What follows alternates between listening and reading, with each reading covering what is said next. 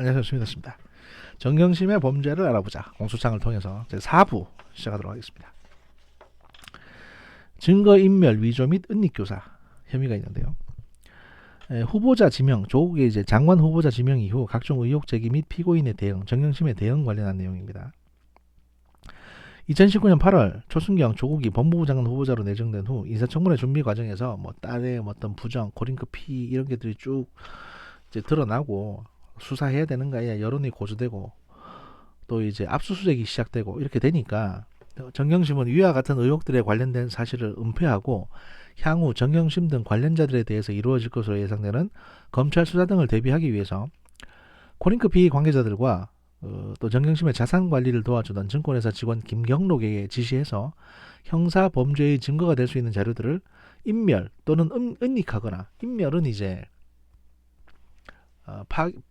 파기해서 없애는 걸 말하고요. 은닉은 감추는 겁니다. 은닉하거나 임의로 허위 증거를 만들어내기로 하였다. 2번 코링크 피의 사무실 자료 증거인멸 교사 및 블루펀드 관련 증거 위조 교사 혐의에 대해서 소개를 해드리면, 1번 사모펀드 관련 자료에 대한 은폐 및 조작 지시. 2019년 8월 14일경 정경심의 블루펀드 출자 내역의 공개에 따라 이때 이제 언론에서 공개가 됐거든요. 이에 대한 각종 의혹과 후보자의 위법 행위 연루 가능성에 대한 언론 보도가 계속되었습니다. 왜냐하면 이제 코링크 피의에서 이 관련 자료를 법무부에 제출했어요. 그래서 법무부에서는 아무 생각 없이 언론에 뿌렸고, 그러다 보니까 이제 공개가 돼버린 거죠. 이런 상황에서 코링크 피의의 실소유주가 이제 친족인 그 조범동, 조국의 오천조카인 조범동인 사실, 그리고 블루펀드가 정경심 가족들만 출자한 가족펀드인 사실, 그리고 정경심이 블루펀드의 투자처를 사전에 알고 있었던 사실 등이 밝혀질 경우 그 조국 후보자 및 피고인에게 제기된 의혹이 사실로 드러나고 위법 행위가 인정될 가능성 등을 염려하여 이를 은폐하기로 하고, 코링크 피의 관계자들로 하여금 피고인의 의도에 부합하도록, 정경심의 의도에 부합하도록 허위 자료를 만들거나 관련 자료를 폐기 또는 은닉하게 하기로 하였다. 정경심은 2019년 8월 15일경 코링크 피의가 법무부에 제출한 출자 증서로 인하여 관련 의혹 보도가 계속되자 조범동 코링크 피의 대표이사인 이상훈에게 개별 자료에 대한 보고와 승인 없이 제출하여 관련 의혹이 제기되게 하였느냐는 취지로 야단을 쳤고, 향후 사모펀드 관련 자료 제출 및 의혹 해명에 대하여 사전에 나한테 보고하고 승인을 받음으로써 자신의 의도에 맞는 대응을 하도록 하는 취지의 지시를 했습니다. 그러니까 본인이 소유주가 아니면 이런 얘기 못하죠. 소유주란 얘기고요. 두 번째, 증거인멸 교사. 앞서 말씀드린 거는 이제 은폐 및 조작 지시에 관련한 내용이고, 이제 증거인멸을 교사한 내용이 있습니다. 정경심은 2019년 8월 17일경 조범동과 사모펀드 관련 각종 의혹에 대한 대응 방안을 협의하던 중 코링크 피의에서 정경심의 동생인 정광보의 이름이 적힌 자료가 외부에 드러나면 큰일 난다고 하면서 피고인이 투자한 코링크 피의의 블루펀드가 피고인의 가족펀드인 것이 드러나지 않도록 동생인 정광보와 관련된 자료들을 숨기거나 없애라는 취지의 요구를 하였습니다. 조범동에게. 조범동은 정경심의 위와 같은 요청에 따라 즉시 강원도 땡땡땡에서 함께 머무르고 있던, 도망가 있었죠. 코링크 피의의 이제 대표 이상훈에게 코링크 피의 회사 자료 중 정광보 등이 나오는 관련 자료를 모두 삭제하도록 하라고 지시했고, 이에 따라 이상훈은 서울 땡땡구에 있는 코링크 피의 사무실에서 토요일임에도 불구하고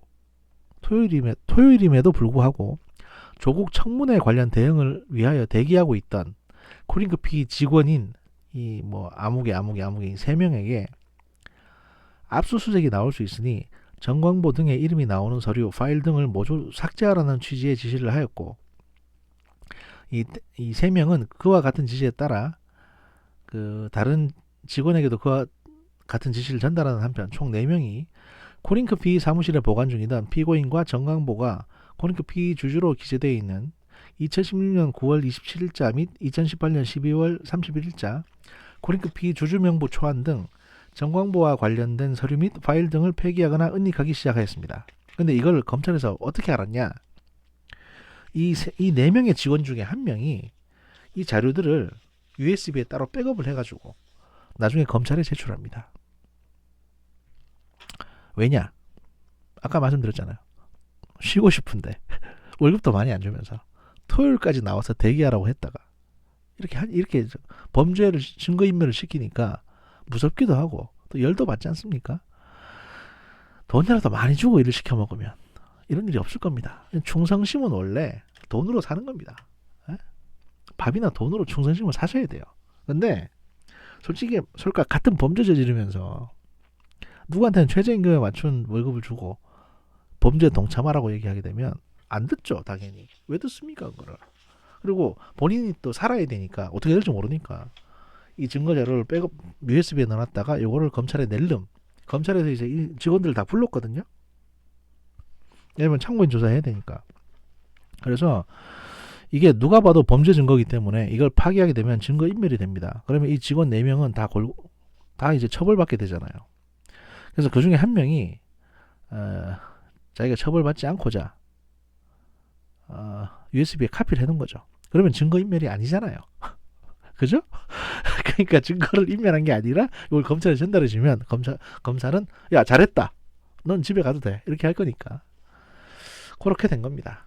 그래서 이제 이게 다 내용이 몇 월 며칠 주주명부가 어떻게 됐고까지가 다 확인이 된 거고요. 계속해서 조범동과 이상훈은 코링크피의 서류상의 대표 이상훈은 2019년 8월 19일경 정경심의 지시에 따른 자료 폐기를 더 철저히 하기 위해서 정광보 등과 관련된 전자적 정보가 들어있는 그 대표 노트북 3대하고 컴퓨터 하드디스크 1개도 교체하기로 하고 직원에게 이제 노트북 등의 교체를 지시했으며 그에 따라 그 직원은 이제 2019년 8월 21일경 위 사무실에서 노트북 3대와 컴퓨터 하드디스크를 새 것으로 교체를 하게 됩니다. 이로써 정경심은 조범동 이상훈과 공모하여 그 해당 직원이 이제 아무개 등으로 하여금 타인의 형사사건에 관한 증거를 인멸, 은닉하도록 교사하였습니다. 그래서 증거 인멸, 은닉을 이제 교사한 게 되고요. 그 다음에 세 번째, 정경심의 증거 위조 교사 혐의가 또 따로 있습니다. 앞에 건 없앤 거고 이제 증거를 위조하는 겁니다. 그중에 첫 번째, 코링크피 관련 의혹에 대한 반복적 지시. 정경심은 2019년 8월 15일경 언론 등을 통해 제기된 사모펀드 관련 의혹을 은폐하기 위해 이상훈 등에게 2019년 8월 15일경 언론을 상대로 블루펀드는 블라인드 펀드여서 출자자는 투자처를 모른다는 취지의 해명을 하라고 하고 2019년 8월 16일 오후경 코링크피에서 준비한 추가 해명 자료에 1번 블루펀드는 블라인드 펀드로 투자 대상을 미리 정해두지 않은 상태에서 출자자를 모집한 후에 투자 대상이 확보되면 출자의 이행 요청을 하여 투자하는 방식이다. 2번 블루펀드 출자자들은 본 이제 펀드의 투자 대상을 사전 혹은 그 이후에도 알지 못했으며 당사에서 투자 대상에 대해 고지한 적이 없다는 내용을 포함하도록 하였고 이게 증거 위조입니다. 또 이제 2019년 8월 19일경 언론에 배포된 코링크피 해명 자료에 1번 조범동은 코링크피의 실사주가 아닌 이상훈 대표이사의 지인에 불과하다는 점. 두 번째, 코링크피가 출자자에게 투자 대상에 대해 고지한 적 없다는 등의 내용이 포함되도록 하였으며 사실은 코링크피의 소유주는 보면 지금 대표이사가 이상훈으로 되어 있죠. 하지만 실제 사주는 조범동으로 되어 있고 실제 여기 코링크피에서 운용하는 모든 돈을 투자한 사람 실제 주인은 정경심입니다. 그러니까 정경심이 회장님이고 조범동이나 이상훈은 바지 사장인 겁니다. 바지. 예. 아무튼 그렇고 그 다음에 네 번째 2019년 8월 19일 법무부 청문회 준비단에 이건 조국 씨의 이제 청문회 도와주는 사람들이 있는데 법무부 소속으로 코링크피의 실사주는 조범동이 아니고 출자자들 중에 피고인 관계자가 없다는 그러니까 이제 그 정경심 관계자가 없다는 허위 해명을 하게 하고 그러니까 법무부 청문회 준비단이 이제 정경심의 이 말을 믿고 언론에 대해서 이제 허위 해명을 한 겁니다. 그리고 코링크피 정관을 제공하면서 정광보 등 출자자들을 은폐하기 위해서 그 해당 직원을 통해서 해당 직원 사용의 컴퓨터에 저장된 정관 한글 파일에서 출자자 이름들이 들어있는 이제 표지를 제외한 부분만 출력해가지고 원본 대조필 도장을 날인 후에 스캔해서 PDF로 전환한 파일을 법무부 청문회 준비단에 송부하게 한 겁니다. 그러니까 허위 그 표지를 제거했으니까 변조된 파일을 제출하게 된 거죠.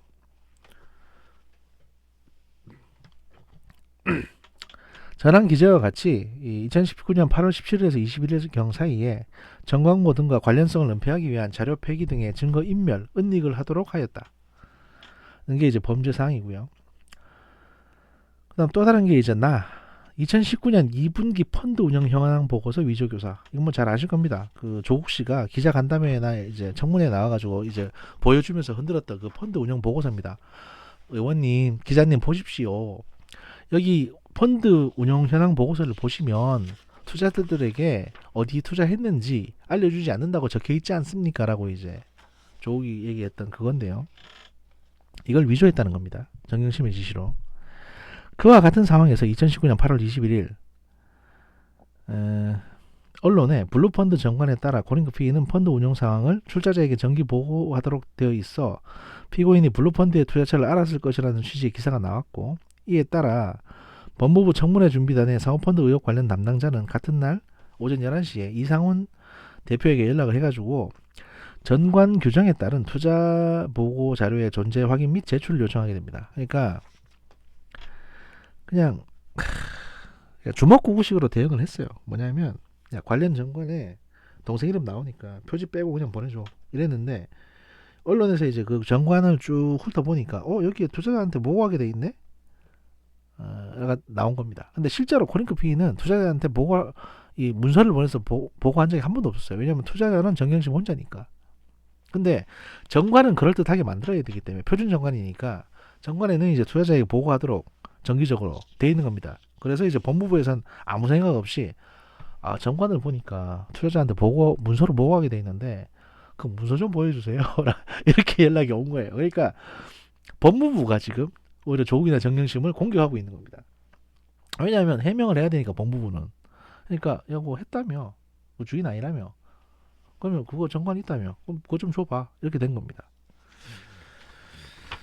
그래가지고 한편 코링크 PE에서는 2017년 7월경 피고인의 블루펀드 출자 이후에 정관에 따른 펀드 운영 현황 보고서를 작성해서 정경심 등 출자자에게 보낸 적이 없었고요. 이게 팩트입니다. 다만 2019년 8월 15일경 사모펀드 관련 의혹이 보도됨에 따라 정경심의 요구를 받고 그때서야 분기별 펀드 운영 현황 보고서를 급하게 만들어가지고 정경심에게 전달한 적이 있을 뿐입니다. 그러니까 정경심이 운영 현황 보고서 일단 달라고 해서 이제 2019년 8월 15일에 한번 보내줬고요. 대표이사 이상훈 등 코링크 PE 관계자들은 위와 같은 법무부 청문준비단의 요청에 대해 2019년 8월 15일자 펀드 운용 현황 보고서에는 피고인이 지시한 의혹 관련 대응 방안 내용인 출자자에게 투자처를 보고하지 아니한다는 등의 내용이 빠져 있는 것을 보고 위 내용을 포함하는 새로운 내용으로 위 보고서를 변경하여 청문회 준비단에 제출하기로 마음을 먹었습니다. 이렇게 되면 이제 위조가 됩니다. 이때부터는. 이에 이상훈 등은 2019년 2, 4분기 블루코어 밸류업 1호 운영 현황 보고서를 새로 만들면서 작성 시점을 소급하여 2019년 6월로 기재하고 설립 배경 및 투자 현황 보고란에는 사실과 다르게 사전에 고지해 드린 바와 같이 본 펀드의 방침상 투자 대상에 대하여 알려드릴 수 없음을 양해 부탁드립니다 등의 내용이 서로히 포함된 보고서 초안을 작성해서 정경심에게 검토 및 승인을 좀 해달라고 요청을 하게 됩니다.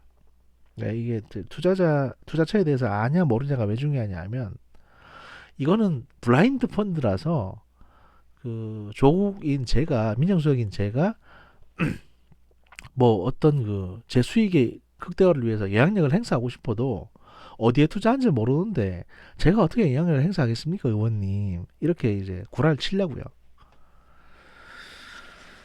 그래서 정경심은 위 초안을 송부받은 후 이상훈과 수회 통화하면서 그 내용을 검토한 다음 이 초안이 피고인 정경심의 2019년 8월 19일자 해명 자료 배포 시에 지시하였던 대응 기조에 부합하는 내용임을 확인하고, 정경심 마음에 들었다는 얘기죠.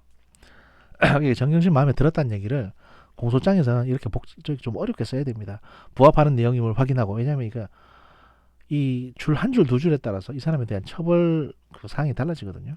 그러니까 변호사도 그렇고 검사도 그렇고 이 법원에 제출하는 문서 작성하는 게 그렇게 녹록한 일이 아닙니다. 한 줄 글자 하나 잘못 쓰면 내용이 전혀 달라져 버려요. 효력이 없어지거나.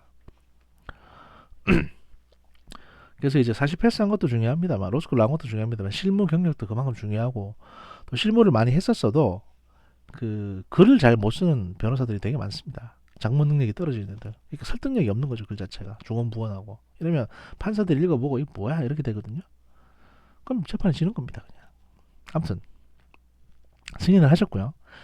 이에 따라 이상우는 새로 만들어낸 2019년 2분기 펀드 운영 현황 보고서를 확정하여 같은 날 오후 3시에 법무부 청문회 준비단의 사모펀드 관련 의혹 담당자에게 이를 송부하였습니다.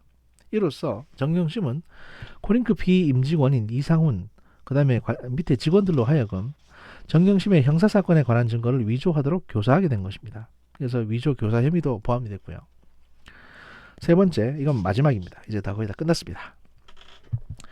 피고인의 주거지 및 사무실의 보관 자료에 대한 증거 은닉 교사. 이거는 뭐 길게 설명할 필요 없습니다. 김경록 씨 있잖아요. 이 사람하고 같이 집에 있는 하드 떼고 뭐 이런 내용들인데, 일단 확인된 사항이니까 이거 쭉 읽어드리면요. 정경심은 위와 같이 코링크 PE 관계자들을 상대로 사실 은폐 및 은폐를 위한 증거 인멸, 위조 등을 지시하던 중 2019년 8월 27일경 검찰의 압수수색을 기점으로 이 사건과 관련 의혹에 대한 수사가 본격화되자 검찰의 추가 압수수색 등 수사에 대비하여 위 혐의 사실 등과 관련한 전자적 자료들이 저장된 피고인의 그 자택 및 동양대 교수실에 있는 컴퓨터 등을 은닉하기로 하고 김경록에게 지시하여 이를 실행하기로 하였다. 정경심은 2019년 8월 28일경 그 자택에서 김경록에게 압수수색에 대비해야 한다. 서재방에 있는 컴퓨터 2대의 하드디스크를 교체하라고 지시하면서 자신의 신용카드를 이용하여 하드디스크 2개를 구입해 오게 한 후 서재방에 있는 컴퓨터 2대의 하드디스크를 각각 떼어내고 그 직전 김경록을 시켜 구입해온 하드디스크들로 교체하도록 하였습니다. 계속해서 정경심은 같은 달 8월 30일경 집에 있는 다른 컴퓨터 한 대에 설치되어 있는 하드디스크 2개를 떼어냈고 김경록을 통해 인터넷으로 구입한 하드디스크 1개로 교체하였습니다.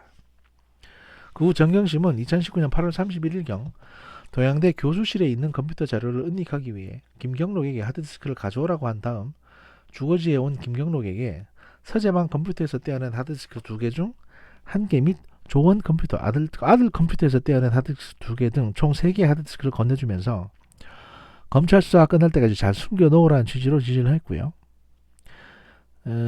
정경심은 같은 날 김경록이 운전하는 승용차로 경북 영주시 풍기읍 동양대에 있는 동양대학교에 도착해서 정경심의 교수실에서 김경록으로 하여금 정경심이 사용하는 컴퓨터의 하드디스크를 떼어낸 다음 가져온 하드디스크로 교체하도록 지시하였으나 자정 무렵 건물 출입문이 닫힐 시간이 되자 김경록에게 컴퓨터 본체를 통째로 들고 가 용산에서 하드디스크를 교체하라고 지시를 하게 됩니다. 이에 김경록은 피고인의 주거지에서 건네받은 하드디스크 3개 및 동양대 교수실 컴퓨터 본체를 당시 이제 자신이 타고 다니던 다른 사람 명의의 그 캐딜락 승용차, 그리고 이제 또 모처에 있는 지하 헬스장, 개인 보관함 등지에 나눠서 숨겨두게 됩니다. 알려진 바로는 이제 컴퓨터 본체는 캐딜락 승용차에 숨겨놓고 그 하드디스크는 헬스장 개인 보관함에 숨겨뒀다고 알려져 있습니다. 이로써 이제 정경심은 김경록에게 타인의 형사사건에 관한 증거를 은닉하도록 교사하게 된 것입니다. 이 이상의 내용이 그 검찰이 수사 결과 증거와 증언을 통해서 밝혀낸 피고인 정경심의 범죄 사실입니다. 이거는 일단은 검찰이 법원에 제출한 공문서인 공소장에 기재된 내용이고요.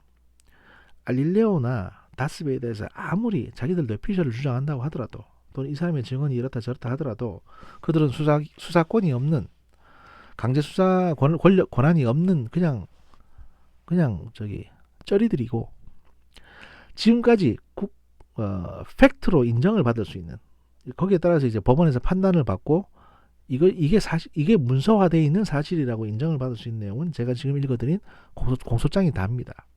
여기에 대해서 증거가 다 첨부가 돼서 검찰이 이제 법원에 제출한 내용이고요. 당연히 재판에서는 정경심 씨의 변호인은 이제 이게 허위다 또는 이게 사실이 아니다라는 식으로 주장을 하면서 그게 허위다거나 또는 사실이 아닌 증거들을 아마 제출하실 겁니다. 그래서 이제 그 두 개가 싸워가지고 법원에 판결이 나오겠죠. 그거는 뭐 별개의 문제고, 재판 결과 나오면 그때 다시 안내드리기로 하고, 일단 검찰이라는 국가기관에서 수사력을 총동원해서 수사한 결과 이렇게 범죄 행위들이 정리가 돼서 법원에 제출이 됐습니다. 여기까지가 이제 기소 관련 내용이고요. 어떻게 보면 참 비극적인 일이죠. 이렇게 허물이 많은 사람이었으면 과연 법무부 장관이 돼서 되는가? 본인 스스로 그만 법무부 장관을 하지 말았어야 됩니다. 솔직히 말씀드리면. 그럼에도 법무부 장관 욕심을 냈습니다. 조국 씨가. 그리고 이 사단이 났습니다. 단순히 법무부 장관만 욕심이 났던 게 아닐 겁니다. 대통령 욕심도 있었겠죠. 대통령 선거에 나오고 싶은, 얼굴도 멀끔하고 친문들이 자기를 바지사장으로 내세워서 다음 대권 차기 대선 또는 차차기 대선 후보로 내세우려고 하는 것들이 관측이 됐을 테니까 제2의 노무현 신화를 한번 써보고 싶었을 겁니다. 그런데 그러면 얌전하게 국회의원 한번 하고 뭐 지역구로 부산으로 나오든 아니면 그래서 국회의원 하고 당 내에서 이제 좀 지명도 쌓아가지고 경선에 나가면 됐을 텐데 왜 굳이 법무부 장관을 하려고 들었냐? 왜냐면 국회의원 나가면은 이렇게 복잡한 검증 절차 언론에 안 털려도 됩니다. 가급적이면. 게다가 인기도 괜찮았거든요. 근데 왜 굳이 법무부 장관을 하려고 들었냐? 일단 선거에 나갈 자신이 없었고요. 그 다음에 이전에 제가 이제 거장판에서 작년 6월인가 7월달에 소개해드린 어떤 조국 인터뷰를 들어주신 분은 알겠지만 조국 씨는 국회의원에 대해서 굉장히 좀 멸시하는 듯한 인식을 갖고 있었습니다. 300명 중에 하나일 뿐 아니냐 이런 식으로. 또 국회의원이라는 권력이 대단한 게 아니다. 늘 이렇게 생각을 해왔던 사람입니다. 그 밖에서 대통령의 측근으로서 대통령만큼의 권한을 숨겨진 영향력을 행사할 수 있는데 국회의원이 되는 순간 그거는 측근으로서의 영향력이 아니라 그냥 국회의원 한 명의 영향력일 뿐이거든요. 그러니까 본인은 그걸 못 참았던 거죠. 게다가 그럴 돈도 없고 왜냐하면 되게 쫀쫀하게 돈을 아껴 쓰는 분이기 때문에. 그리고 무엇보다 개인적으로 법무부 장관이 되고 싶었겠죠. 왜냐하면 사법시험도 패스하지 못했고 그래서 이제 해외 나가서 뭐 로스쿨입니다만 이제 미국 변호사 자격을 받지 못하는 그냥 법학 박사학위 받아가지고 옵니다. 그걸로는 미국에서 변호사 기업 못합니다. 그래서 이제 법대 교수를 어떻게 아름아름 들어가서 하고 있는데 본인 동기들은 보면 다 검사, 판사, 변호사 하고 있을 거 아닙니까? 솔직히 제가 뭐 이전에도 말씀드렸습니다만 저는 법대 출신이라서 잘 압니다. 법대생들은요 딱 두 개로 나뉩니다. 고시 패스한 사람, 아닌 사람. 조국은 서울대 법대까지 나와가지고 고시 패스 못한 축에 들어가는 거고요. 이렇게 되면 기본적으로 일단 약간은 무시를 당합니다. 동기들한테. 당연히 그렇죠. 물론 그 동기들이 대놓고 무시는 안 합니다만 서울대 법대 나온 거 치고는 잘 안 풀렸네. 그럼 고시 패스 못했으니까 이렇게 되는 겁니다. 그게 아무리 좋게 포장하려고 해도 그렇게 돼요. 그래서 그런 모멸감, 멸시 같은 게 있을 거 아니겠습니까? 이거를 어떻게 해석할 수 있느냐? 야, 나는 검사나 판사나 변호사든 니들보다 소위 말해서 법조계에서 우두머리를 할 수 있다. 했다. 이걸 과시하려면 제가 대법관을 하겠습니까? 검찰총장을 하겠습니까? 둘 다 변호사 자격이 있어야 되거든요. 할 수 있는 건 법무부 장관밖에 없었던 겁니다. 그래서 법무부 장관이 자기 눈앞에 와 있으니까 미쳐서 거기에 손을 뻗었던 거고요. 단순히 그냥 온전한 상태에서 손을 뻗었다면 본인도 망설였겠죠. 하지만 6월달, 7월달에 아시다시피 일본이 우리한테 무역 어택을 해왔고 그걸 기회로 조국은 청와대 민정수석임에도 불구하고 SNS상에서 마치 자신이 임진왜란에 앞장서선 의병장인 양 나대기 시작합니다. 그래서 조국의 인기가 갑자기 확 올라가죠. 사실 그것 때문에 조국을 반대하는 사람들이 토착 왜구라고 불렸던 이유가 바로 그겁니다. 너 조국 반대해? 야, 일본과의 전쟁을 저렇게 앞장서 지휘했던 저 조국 대감을 네가 왜 반대하는데? 너 일본 친일파 아니야? 이래가지고 조국 수호하는 사람들은 조국 반대하는 사람들은 토착 왜구라고 비하하고 멸시하고 그랬습니다. 조국 수호를 외쳤던 서초동에 모였던 사람들 중에 정치적인 욕심이나 금전적인 이득을 위한 욕심 있는 사람들 빼고 그냥 순수하게 조국 지키려고 왔던 사람들은 그 한 달 동안의 항일투쟁 과정에서 감염이 돼버린 사람들입니다. 그리고 조국은 그 반일 정서만 잘 이용하면 무난하게 통과할 수 있겠지라고 생각을 했습니다. 왜냐하면 이게 이제 내년 총선 공천하고도 엮여있는 시기다 보니까 민주당에서는 큰 반대 안 할 테고 이게 또 친문에 자기 대권 주자 중 하나다 보니까 그 버프도 받을 테고, 게다가 여론의 지지, 그러니까 내가 저기 제2차 임진왜란의 주인공이니까, 항전의 상징이니까 생각 없는 젊은 애들이 날 지지해 주지 않을까. 그다음에 난 386이기도 하고 잘생기기도 했고, 이러면 이제 빠순이들의 지지, 이런 모든 것들이 있으면 내 많은 의혹을 넘어설 수 있지 않을까. 그래서 내가 법무장관이 될 수 있지 않을까, 이렇게 생각을 했던 겁니다. 그래서 심지어 대통령까지 속이고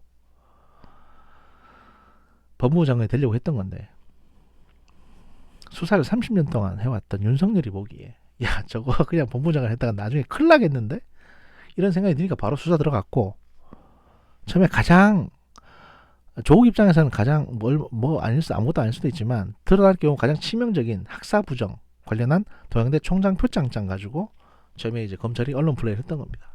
야 우리가 이것까지 알고 있는데 너 계속 나올 거야? 지금 사퇴해라, 자진 사퇴해라. 그러면 더 이상 우리가 조용하게 처리할게. 이런 신호를 계속 줬던 겁니다, 외부적으로. 근데 조국은 계속 욕심을 냈고, 심지어 망설이고 있는, 임명할까 말까를 망설이고 있는 대통령까지 속였습니다. 최초 이걸 모르고 대통령이 지명을 했을 때는 대통령이 뭐 조국이 이렇게 나쁜 놈인 줄 알았겠습니까? 그리고 계속 의혹이 터져나니까 대통령도 난감했죠. 근데 왜 지명 처리를 안 했냐? 이 시점에서 대통령이 지명 처리를 하게 되면 일단 조국도 왜냐면 검찰 수사로 확인된 게 아니니까 언론 보도만 보고 대통령이 지명 처리를 할 경우에 만에 하나 조국이 망가질 수도 있고, 또 하나는 잘못 지명한 거에 대한 책임을 대통령이 다 뒤집어 써야 됩니다. 그러니까 대통령은 그 8월 말에서 8월 중순에서 9월 초 사이에 뭐 해외도 갔다 오고 이 사안에 대해서는 모른 척 고민하면서 조국이 자진 사퇴하기를 기다렸을 겁니다. 근데 자진 사퇴 안 했죠, 조국은. 그리고 대통령한테 가서 그 임명에 관한 가부를 결정하는 그날, 그 전날 대통령한테 가가지고 이런 얘기를 했다고 합니다. 언론에서 제기한 의혹, 검찰에서 얘기하는 건 전부 다 거짓말이고요. 제가 다 해명할 수 있습니다. 저 한번 믿어주십시오. 그래서 그 다음날 대통령은 조국을 임명하는 실수를 저지릅니다. 임명 자체는 실수였습니다. 물론 뭐 원칙론적으로는 밝혀봐야 안다고 하지만 정무적인 판단으로 봐서는 조국을 임명한 것 자체가 문재인 대통령의 가장 큰 실수입니다. 윤석열이 그렇게 막으려고 했음에도 불구하고 조국 수호를 운운하는 여러분들 보십시오. 여러분도 8월 29일 시점에서는 조국이 이런 많은 잘못이 있는 줄 몰랐을 겁니다. 하지만 윤석열은 이걸 알고 있었고, 그랬다면 조국이 법무장관이 안 되는 게 현 정부의 지지율에도 도움이 되는 거죠. 문재인 대통령에도 도움이 되고. 그러니까 조국은 지명 철회하든지 자진 사퇴하고 차라리 추미애가 법무장관이 됐으면 그 이후 지금까지 이 사단이 안 났을 겁니다. 근데 조국이 무리해서 법무장관이 되려고 고집을 부렸고 이 사단이 났습니다. 그리고 지금의 이 난장판이 벌어지게 된 겁니다. 지금까지 몇 개월이 지났는데도 불구하고 현 정부의 정책이 다 블랙홀로 빨려 들어갔고요. 국가기관마다 서로 으르렁거리고 있습니다. 이래도 조국이 문재인 정부에 도움이 되는 사람이고 고마운 사람입니까? 대통령이 신년 기자회견에 나와가지고 조국 전 장관에 대해서 마음에 빚이 있다고 얘기한 거는요, 진짜 조국한테 미안해서 그런 얘기 한 게 아니고 국민 여러분에게 내가 잘못 판단했습니다라고 인정을 한 겁니다. 내가 잘못 판단했고 잘못 선택했다. 그 마음에 빚이라는 표현은 조국 매기려고 하는 소리예요. 그러니까 뭐 인간적으로는 그래, 하지만 법률적으로는 네 죄는 네가 달게 받아라, 이 얘기를 한 겁니다. 근데 이거를 곡해하셔가지고 문제에 대해서 무조건 안 좋은 생각만 가지고 계신 분들은 이걸 곡해해가지고 대통령이 아직도 조국 두둔하네 이렇게 말씀하시고 이제 실망했다 이러시는데, 그러실 필요는 없습니다. 이게 대통령에 대해서 좋은 인식을, 선입견을 갖든 대통령에 대해서 나쁜 선입견을 갖든 둘 중에 하나이기 때문에 이런 건데요. 그렇다고 해서 스미더스가 또 문재인 대통령 두둔한다 이런 식으로 말씀하신다면 저는 솔직히 문재인 대통령에 대해서 아무 관심이 없어요. 그냥 대한민국 대통령이 또 탄핵 안 됐으면 좋겠고 국정이 안정적으로 유지됐으면 좋겠다는 마음뿐입니다. 그런데 제가 왜 이런 말씀드리냐, 왜 곡해하지 말라는 말씀드리냐면 대통령은 그렇게 순진한 사람이 아닙니다. 어떤 대통령이든 간에. 그래서 공개적인 자리에서 자기의 본심을 얘기 안 합니다. 애둘려가며 표현하는 거죠. 조국 씨의 잘못은 법원에서 가려질 거다. 그리고 뭐 인간적으로 마음에 빚이 있다. 하지만 여러분들도 이제 조국을 찬성하거나 조국 반대하거나 길바닥에서 싸우지 마시고 조국은 이제 그냥 보내줘라 라고 얘기하는 거는 법정에서 재판에서 알아서 할 거니까, 또 검찰 수사가 잘못된 건 아니니까 그냥 검찰 수사에 재판에 맡겨라. 그리고 니들은 이제 조국한테는 손 좀 떼고 문재인 대통령 내가 하는 정책이나 좀 봐주라, 이 얘기를 하는 겁니다. 왜 이거를 자꾸 곡해를 하세요? 대통령이 무슨 조국 따위한테 관심이나 있는 줄 아십니까? 저기 뭐라고? 그냥 아는 교수 중에 하나일 뿐인데, 같이 독립운동을 했어요? 아니면 같이 무슨 큰 우정을 나눴다고? 그런 거 아닙니다. 문재인 대통령이 바보입니까? 민정수석까지 다 한 사람이고 감찰 업무를 했던 사람인데 이쯤 되면 이 견적이 안 나오겠냐고요. 하지만 본인이 그 모든 걸 무릅쓰고 임명을 했기 때문에, 게다가 지금 조국 수호 운운하는 것들이 있기 때문에 대놓고 조국을 내치질 못하는 겁니다. 왜냐? 선거 때문에. 4월달 선거 때문에. fucking 4월달 선거만 없었으면 벌써 조국은 구속됐을 거예요. 근데 지금 만약에 조국을 내쳐버린다 이러면 조국 지지한다고 했던 사람들 중에 민주당에 등 돌리는 사람이 분명히 있을 겁니다. 이렇게 되면 선거 폭망해요. 여당 대통령 입장에서는 민주당이 망하는 거를 그냥 볼 수도 없지 않습니까? 굉장히 지금 컴플렉스가 아니죠. 하여튼 지금 굉장히 복잡 미묘한 상황인 겁니다. 이 상황 자체가 굉장히 다루기 힘든 상황이에요. 김영삼 대통령 같았으면 이걸 어떻게 다뤘겠냐. 당연히 조국 구속이지 뭐. 그렇게 간단하게 처리했을 테고, 김대중 대통령 같았으면 계속 사람들을 보내가지고 조국을 자진 사퇴시키든지 조국으로 하여금 자백을 하게 하든지 했을 겁니다. 박근혜 대통령 같았으면 어땠을까요? 우왕좌왕하고 아무것도 못하다가 어디 외부에서 무슨 전쟁이나 한번 터뜨리든지 구사적인 충돌을 한번 터뜨려서 그쪽으로 시각을 돌리든 이랬겠죠 뭐. 하지만 문재인 대통령은 이도 저도 안 하고 조용하게 이 매듭을 정리를 하고 있습니다 지금. 그러니까 정치가들이 하는 행동에 대해서 찬양할 필요도 없고요, 또 맹목적으로 미워해가지고 편견을 쓸 필요도 없습니다. 문재앙이다라고 말씀하시는 분들은 눈에 빨간 안경을 쓰고 계시는 거고요, 또 무조건 우리 인이 사랑이라고 하는 분들은 눈에 파란 안경을 쓰고 계시는 겁니다. 이거 알 하나씩만 빼십시오. 그래서 한쪽 눈에 파란색, 한쪽 눈에 빨간색을 끼시면 이제 3D로 보이기 시작할 테고, 이러면 사건의 본질이 보이기 시작할 겁니다. 그렇게 살아가시기 바랍니다. 이렇게 4부 정경심의 범죄까지 해서 스미스의 판단고기 여기서 마치고요. 그 다음에 제가 갖고 있는 공소장이 조범동의 죄, 그 다음에 김경록의 공소장, 이런 것들 다 있거든요. 근데 그 애들은 워낙 잡범들이고 또 내용도 별거 아니기 때문에 그건 생략하고 공소장을 통해서 본 이제 범죄 알아보자. 요건 여기까지 하겠습니다. 감사합니다.